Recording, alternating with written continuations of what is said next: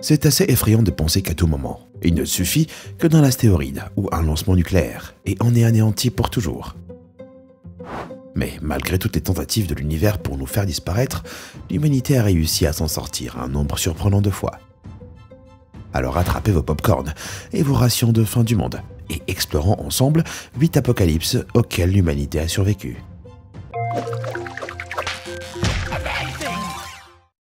Erreur d'annihilation. Au lendemain de la Seconde Guerre mondiale, alors que la majorité du monde brûlait encore, les États-Unis et la Russie sont devenus les deux surpuissances mondiales dominantes.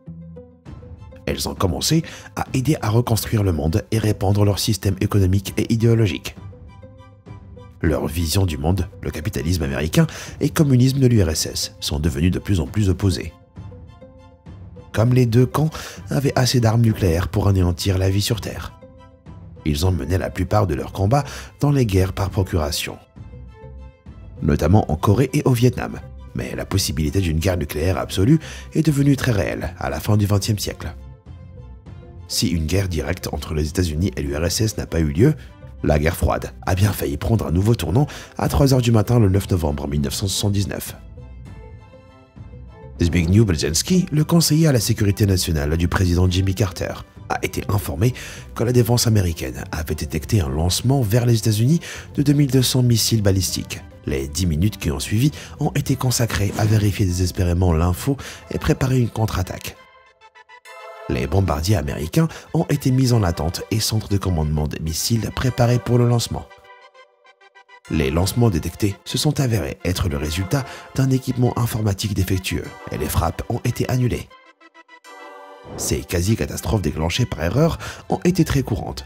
Une des plus effrayantes a eu lieu en 1983. Des semaines après que les forces soviétiques aient abattu un avion de ligne transportant un membre du Congrès américain. Les satellites russes ont détecté 5 missiles balistiques intercontinentaux américains lancés au bord de l'anéantissement nucléaire. Le destin de la Terre a reposé sur un seul homme, le colonel soviétique Stanislav Petrov. Il a analysé que dans une attaque réelle, les US utiliseraient plus de 5 missiles et a convaincu ses supérieurs que c'était une fausse alerte. Grâce à lui, on est encore là. Ciel en feu. Les éruptions solaires, qui sont des éruptions géantes à la surface du Soleil, sont pour la plupart inoffensives pour les êtres humains au sens biologique. Mais indirectement, les forces électromagnétiques créées sont capables d'anéantir la civilisation moderne. En septembre 1859, le Soleil a craché une énorme éjection de plasma directement sur la Terre. Quand elle a frappé, quelques opératrices de télégraphe ont reçu des décharges électriques, en raison des puissantes forces électromagnétiques. Ça a causé des aurores fascinantes dans le monde entier. Mais peu de dégâts au final. Mais maintenant que l'on dépend plus de l'électricité, tout est très différent. Par exemple, en 1967, des éruptions solaires plus faibles ont provoqué un dysfonctionnement des systèmes de détection de missiles américains. Les hauts responsables ont soupçonné les Russes de brouiller le système avant une attaque et se sont préparés à riposter. Heureusement, les scientifiques étaient là et tout a été résolu sans violence. Ceci dit, en juillet 2012, une vraie catastrophe a été imminente. Une tempête solaire similaire à celle de 1859 s'est à nouveau produite. Si elle avait eu lieu une semaine plus tôt, elle aurait touché la Terre avec des effets cataclysmiques. Les systèmes électriques du monde entier auraient été grillés par les forces électromagnétiques. La plupart des périphériques de stockage de données auraient été effacés, et les connexions et les réseaux électriques se seraient arrêtés. Les services d'urgence auraient été perdus, les machines de survie des hôpitaux se seraient arrêtées, les appels téléphoniques d'urgence impossibles. Les systèmes de chauffage en panne et les avions auraient perdu toute navigation assistée et alimentation. On serait plongé dans l'obscurité et le désespoir. La peste noire. Faisons un petit saut en arrière. Un des événements les plus apocalyptiques qui s'est réellement produit a démarré en 1347. Des cas de personnes mourant avec d'horribles plaies pleines de pus suintants ont commencé à se propager comme une traînée de poudre de la Chine au reste du monde, un peu comme le Covid. Sans connaître la nature de l'affliction ni son origine. Des masses insondables de personnes ont été soudainement frappées par des maux semblant sortir de nulle part. La peste noire, aujourd'hui identifiée comme étant la bactérie Yersinia pestis, a ravagé l'Europe en se propageant le long des lignes commerciales. Elle a tué 20 millions de personnes en Europe, soit un tiers de la population du continent. Imaginez ça, un tiers de vos amis et membres de votre famille mourront d'une mort atroce, pleine de sang et furoncle. La moitié de la population de Paris est morte, et au Moyen-Orient, les taux de mortalité ont atteint 40%. L'humanité n'y était pas du tout préparée, et les apothicaires ont essayé des centaines de remèdes en vain. La peste noire s'est propagée facilement à cause des puces qui la transportaient sur les rongeurs, qui se multipliaient dans un monde sans connaissance sur l'hygiène. Les médecins ont désespérément essayé de guérir les malades avec des sachets d'herbe ou de drainer le mauvais sang à l'aide de sangsues. Les prêtres ont cru que la peste était une punition de Dieu et ont supplié les gens de se repentir de leurs péchés. Certains marchaient de ville en ville, se fouettant eux-mêmes pour repentir, et d'autres emblâmaient des groupes marginalisés comme les Juifs, faisant encore plus de morts. Rien de tout ça n'a aidé, et les corps ont continué à s'entasser, en si grand nombre qu'ils pourrissaient dans les rues ou dans des maisons abandonnées. Les cas d'infection ont fini par baisser, et les sociétés ont commencé à se rétablir. Mais la peste noire revient parfois, avec des tragédies qui l'accompagnent. La grippe espagnole. En 1918, la faucheuse, apparemment lassée de la petite Yersinia pestis, a choisi un nouveau jouet. La grippe espagnole. Cette souche du virus, connue sous le nom de H1N1, s'est vite propagée dans toute l'Europe, l'Asie et les Amériques. De là, cette peste dévastatrice a infecté environ 500 millions de personnes dans le monde, soit un tiers de la population mondiale. On estime que 50 millions de personnes en sont mortes. La souche mortelle a même infecté les individus les plus sains et a causé des infections secondaires mortelles et d'autres maladies comme la pneumonie. La Première Guerre mondiale faisait rage et les tranchées et les camps médicaux exigus sont devenus des foyers de maladies. Elle pouvait se propager par un simple éternuement ou une toux. Et la pandémie était inévitable dans ces environnements rapprochés. Ces conditions, en plus des méthodes de transport modernes et rapides déplaçant d'énormes masses de soldats, lui ont permis de se propager, d'infecter et de muter en des formes encore plus agressives. Le H1N1 a tué plus de soldats américains que la guerre elle-même. Les scientifiques ne s'entendent toujours pas sur ce qui a rendu la souche si mortelle et résistante. On n'a pas vraiment encore de vaccin efficace contre le virus et de toutes ces nouvelles formes. La Seconde Guerre mondiale. Entre 1939 et 1945, la Seconde Guerre mondiale a fait environ 85 millions de morts.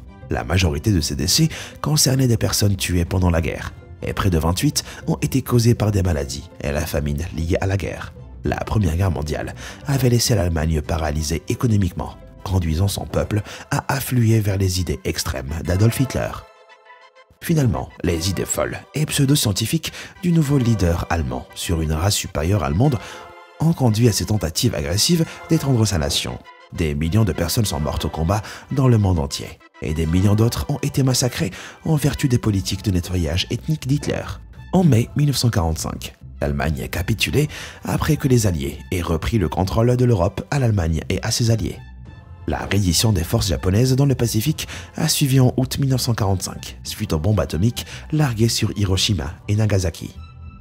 Mais si les puissances alliées ont remporté la victoire, la guerre déjà apocalyptique aurait pu empirer. Le projet Manhattan, qui a donné aux États-Unis la bombe atomique, était en fait basé sur des recherches que les Allemands menaient en parallèle. Un certain nombre de ceux qui ont contribué de manière significative au projet étaient des réfugiés et prisonniers allemands.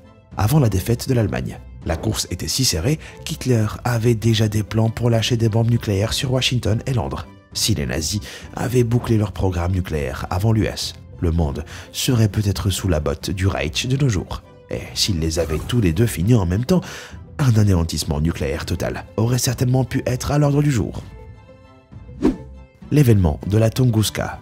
Quand on parle de catastrophe d'astéroïdes, on a tendance à penser aux dinosaures. Mais des astéroïdes colossaux ont récemment percé notre atmosphère de manière terrifiante, étant à deux doigts d'anéantir des villes entières.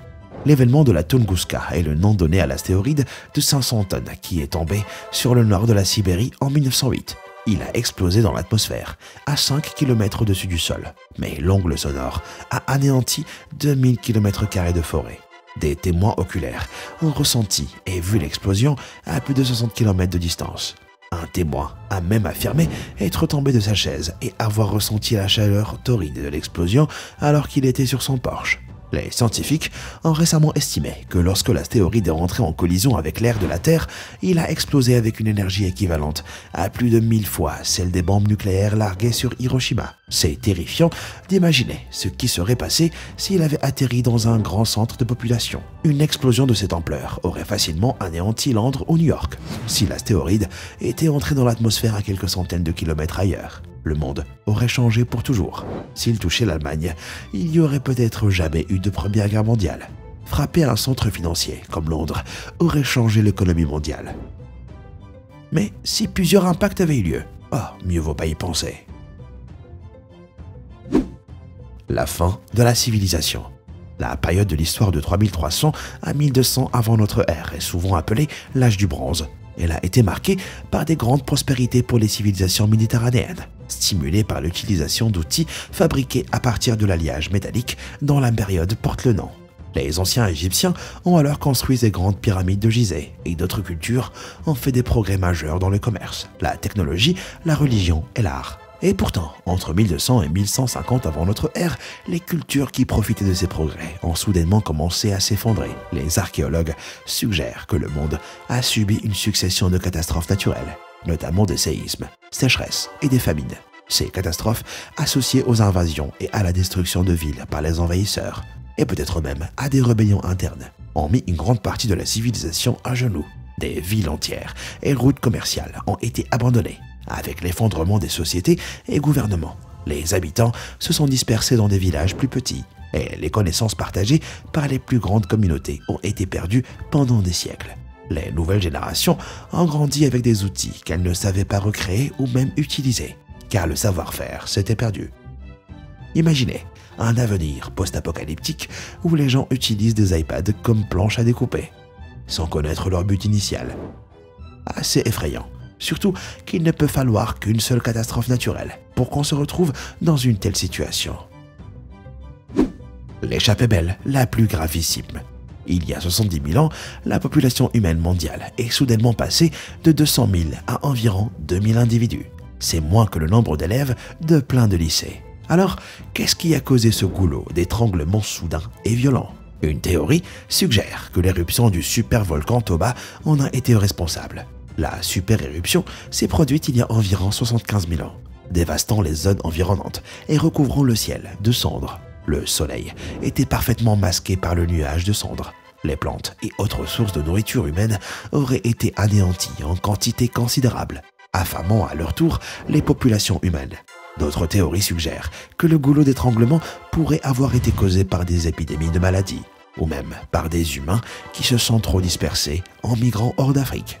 On n'est pas sûr, mais vu la facilité dans laquelle les maladies auraient pu se propager, il est extraordinaire que quelques milliers d'humains restants aient survécu. Le fait que nous, là maintenant, près de 8 milliards de personnes, soyons arrivés au point où on fait des vidéos internet sur notre quasi-disparition est, honnêtement, un miracle. Alors, laquelle des apocalypses vous a le plus surpris? Dites-le moi dans les commentaires, avant que la prochaine éruption solaire ne supprime Internet. Merci d'avoir regardé, et comme toujours, à bientôt.